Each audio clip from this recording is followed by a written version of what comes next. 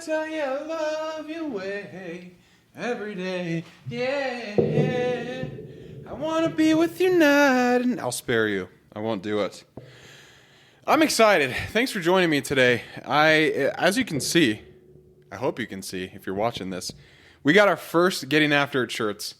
Live, not live. I wish. We got them in the mail. We're just getting some prototypes done, but this is kind of what it's starting to look like. And I'm really pumped to start offering these to all of you guys, just to build a community. I don't know. I feel like anytime you see a group of people with the same shirt on, you're like, they're together. They must be doing something. So I'm excited for that rollout, and I hope you are too, in at least rocking some of the Getting After It stuff. But it's not what we're talking about today. I have had a lot on my mind about being present and trying to live in the moment, trying to make the most of whatever you're trying to do. Because something I've realized, and yeah, Brett, this is real obvious, but time is finite, and it's the only resource that we can't make more of. The reason I've been thinking about this is I was just on vacation last week. My wife and I, we went to California to spend some time with my family. It was a lot of fun. It was nice to decompress a little bit. I don't really do that too often. And it was just kind of nice to get away and spend time with her and my family. So I always have this problem, though, when I go on vacation, that I feel guilty. I feel like I should be doing something. I feel like I should be working, whether it's getting after it, if it's on my job, if it's working out.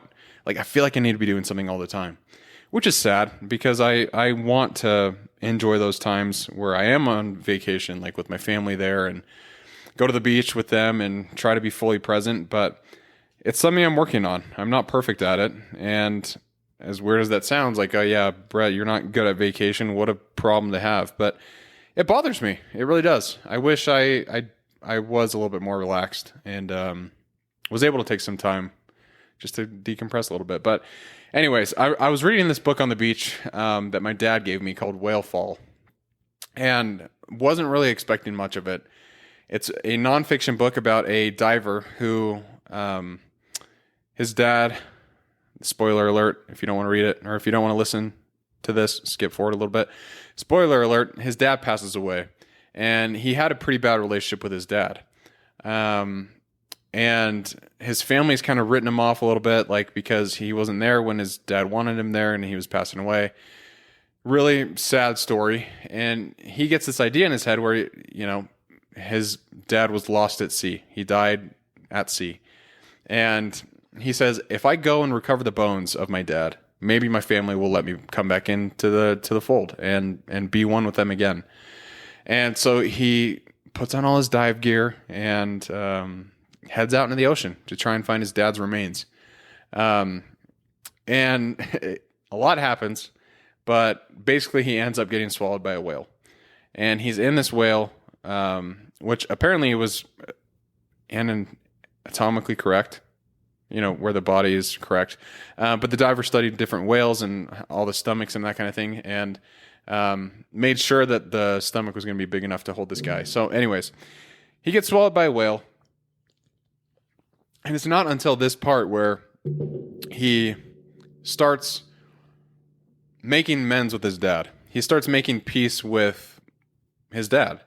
Obviously, he's not there, but it's just interesting that in this story, it took this guy, the main character, Jay, it took him getting swallowed by a whale for him to reconsider how he felt about his father. And it made me sad because he could have done that when his dad was alive. And obviously it's a book, so there wouldn't be a story if he did that. But really, though, we have a lot of time that we don't really take time to do the things that matter most a lot. I don't know if it's because we are distracted. I'm often distracted by many things. But that's the thing, is like, you have to kind of understand what is important to you and what deserves your attention. Is it mending relationships? Is it working on yourself, trying to provide better for your family, or whatever that is? But I thought about this more, and I wrote on my blog a whole journal entry about this. And I just want to read it. It's going to be story time with Brett for a second, but it's called No Time to Waste. We're all running out of time. That's not a dramatic statement. It's just the truth. You can make more money, build more muscle, grow more influence. But time, once it's gone, it's gone. I think about that a lot, especially when I catch myself wishing for long, slow days with my wife.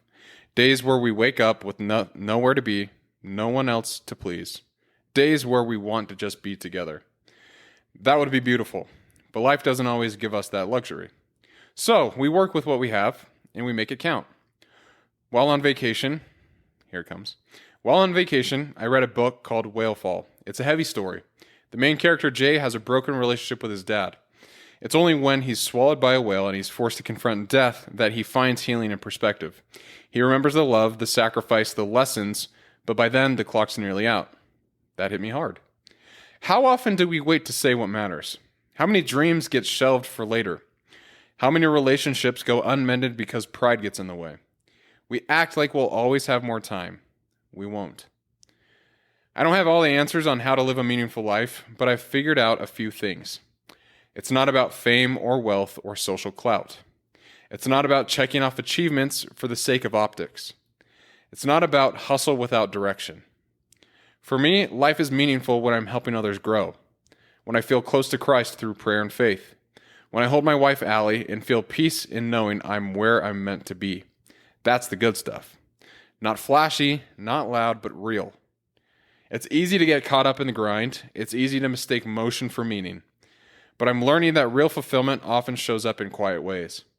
When my little nephew asked me to dig him a hole at the beach, when a friend just needs to talk and I make space to listen, when I laugh at the dinner table with my family, phones away, fully present. Those aren't distractions. They're the point. And when I start thinking I have to choose between ambition and presence, I remind myself getting after it isn't just about pushing yourself. It's about doing it for the people you love. It's about using your gifts to bless others. Time is finite. It's the one resource we don't get to refill. So mend the relationship. Start the project. Say the words you've been holding in. Take the risk you've been afraid of. Your life is meaningful right now if you decide to treat it that way. For me, that looks like being faithful to God, loving my wife deeply, staying connected to family and friends, and continuing to build getting after it into a community with purpose. I'm only 27, and I already feel like the luckiest man on earth because I've deemed it so. So now it's your turn. Whatever time you've got, use it because there's no time to waste. And that was it. I was just thinking about that because of, like I said, that book just made me rethink a little bit about what's important and that we don't have time. We don't have time to do the things that we want to all the time. So you have to make time. And it's the one thing that we cannot get back. I often think of getting after it. The whole podcast, the community I'm trying to build, that we're building together. I think about it a lot because the podcast is almost 4 years old, and I've learned so much just from taking a chance on myself. And this is not meant to make me look real good for you guys right now. I'm just telling you how I feel and what I've learned. I used to be a timid boy, you might say. Could call me a boy child, whatever. I used to be a timid little boy. When I moved up to Utah, I took a risk on myself, and when I first started the podcast, I had some direction on where I wanted it to go, but didn't really understand the future of it. Through doing it, though, I've learned so much about what it takes to push myself. And it's going to look different for everyone. That's definitely one thing I've learned with getting after it, is everyone has their own unique perspectives, and everyone has their own unique habits. And that's why I've been trying to have so many different people come on and share their own stories about what they're doing with their lives, how they're getting after it, what they're using their discipline and their consistency to work towards. Because I think it offers you guys, the listeners, a little bit more of a hands-on approach to be like, okay, well, Brett does these things. I don't want to do that. That sounds crazy. And maybe Michael, who just came on and talked about javelin, maybe there's some things I could take from him. Maybe there's some things I could take from Brinley, who came on and talked about PT, And that's the thing, is we all have so much to learn from each other. And that only takes, the reason that comes and you're able to learn from other people is through asking them questions and building those relationships with them. That's one thing that I have learned from my wife that I'm so glad I have, is the value of relationships. Because prior to starting getting after it, prior to marrying my wife, I only really cared about my family relationships. And you can ask all my friends. When I was sick, I didn't reach out to one of them. And I'm sure that was pretty messed up on my part. I know it was messed up on my part because they were worried about me. But I didn't care. I was like, yeah, you know what? My family's what matters most to me. But that's not true. That is not true. A community is a group of people who decide to get better together. And that's what getting after it is. It's a community where we've all agreed to push each other. We've all agreed to sign up and do something that's difficult, because through that, we know we'll be forged into better people. A relationship, it's the same thing. I heard Simon Sinek talk on Chris Williamson's podcast about that, and he said his definition of a relationship is two people who agree to help each other or to grow with each other. And that's really it. I've missed that a lot of my life. Having that desire to build relationships with people, to learn about them, find out what they're doing, what they're interested in, how I could potentially help them, how they could potentially help me, whatever it is. But people are the most valuable thing that we have to build our own communities around. I know it sounds so stupid, but just throwing things out there. And it's gotten important to me. And so, how I think about the finite time that I have, I want to have a big portion of it working on building myself, getting after it, my relationships, others, trying to help them with whatever they might be struggling with. It's why I love to coach. I love to see people succeed, and I love to see how excited they get when they do something that they didn't think they possibly could in the past. And that's one way I love to build my time, or spend my time. I also love it spending it with God. God has played a significant role in my life. And it might be taboo to talk about him on a podcast where it's all about self-improvement, but I would be a hypocrite if I didn't say that most of that self-improvement came because I wanted to be better for God. I know who he thinks I can become and who he knows I can become. And I trust that through some of the things I'm doing, I will become that person that God envisions I can be. And peace comes from spending time with God. It comes from studying his word through scripture. It comes from living the principles of his gospel, which, if you think about it, what are the two main things that we should be focusing on if we want to live for me, it's a Christ-centered life, but for you, it might be different. But I think the principle applies. It's you love God. That's number one. And then the second is like unto it, you love your neighbor. And what I'm talking about with relationships, with building up people, I believe it comes from that. I believe it comes from the fact that I love God and I love his children, which we are all his children. We're all God's children. And it's interesting to me because the time that we have should be spent trying to help other people, building ourselves up, improving ourselves, because we don't have a lot of it. There's going to be a time when you look back on your life and you're like, you will have the opportunity to either say, I'm proud of what I did, or I wish I had more time to do X, Y, and Z. I don't think you want that second option. I know I don't. I don't want to live a life of regret or a life where I'm questioning if I could have gave more. So what's the solution? I think it's just go all in. Go all in whatever you're doing. If it's your job, if that's where you want to focus, be your best. Do the best you can. If it's podcasting, learn. Try to be the best you can be there. You want to work on your relationships, you want to do whatever it is, go all in. Don't half-ass something because we don't have a lot of, motivation sometimes. Do it to make yourself proud. And like I said in that blog post, if there's a project that you've wanted to start, if you wanted to start a business, if you've wanted to start a family, what the hell are you waiting for? Are you waiting for the right time? Because odds are it won't show up.